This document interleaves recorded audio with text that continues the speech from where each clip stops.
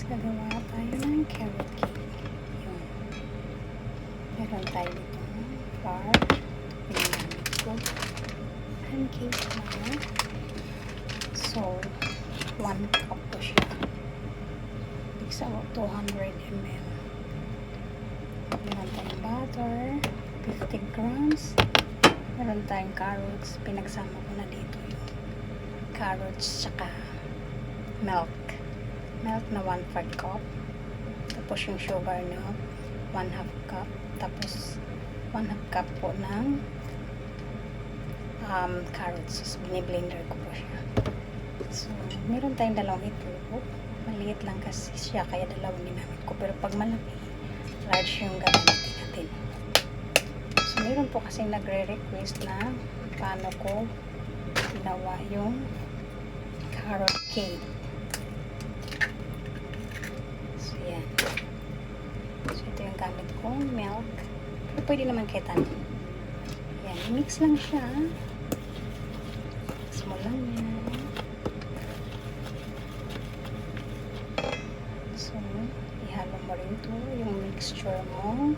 Carrot cake, milk, at saka sugar. Madali lang siya actually. Madali lang siyang gawin. Sobrang dali lang.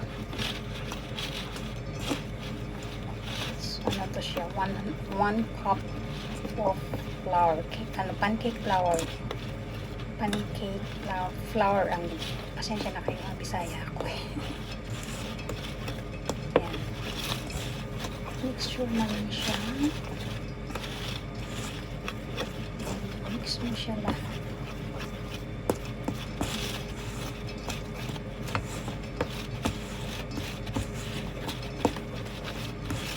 So,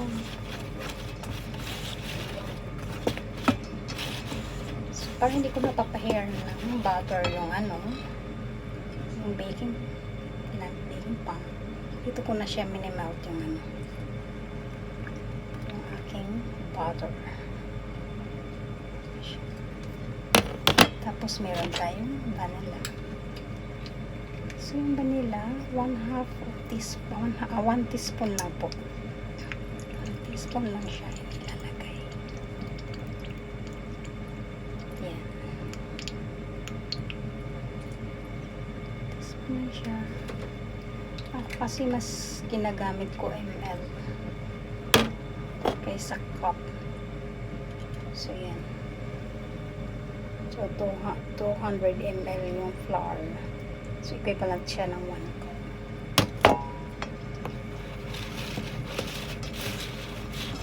Yan lang siya. Mix lang. Tapos yung oven, iinitin mo siya ng 5 minutes.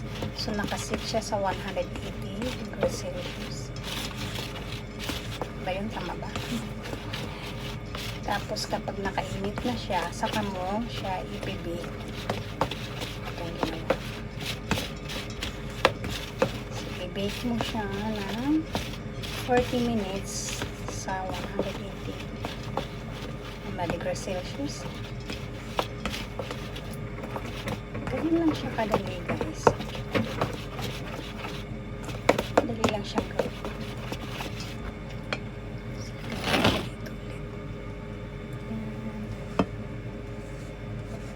Tapos na to. O, diba? Dali lang siya. Tapos i-bake mo na to.